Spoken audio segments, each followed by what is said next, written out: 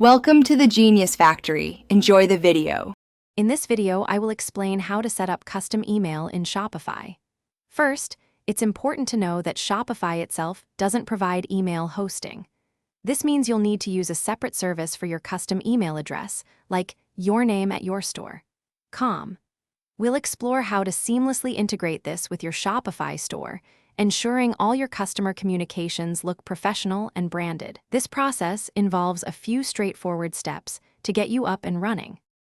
Next, let's set up email forwarding directly within your Shopify admin. Go to Settings, then Domains, and choose your primary domain. Here, you can create email forwarders, for example, info@yourstore.com to yourpersonalmail@gmail.com.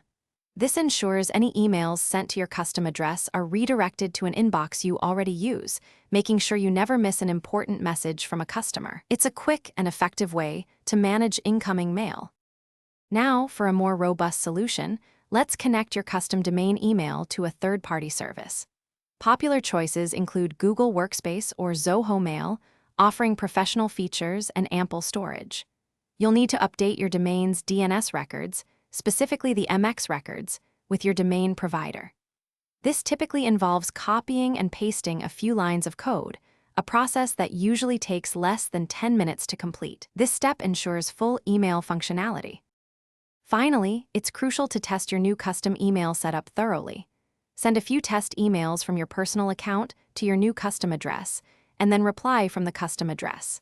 Confirm that all messages are both sent and received without issue.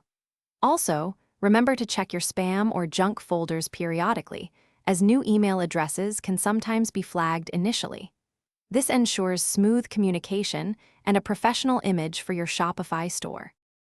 Thanks for watching. If you found this helpful, don't forget to like and subscribe.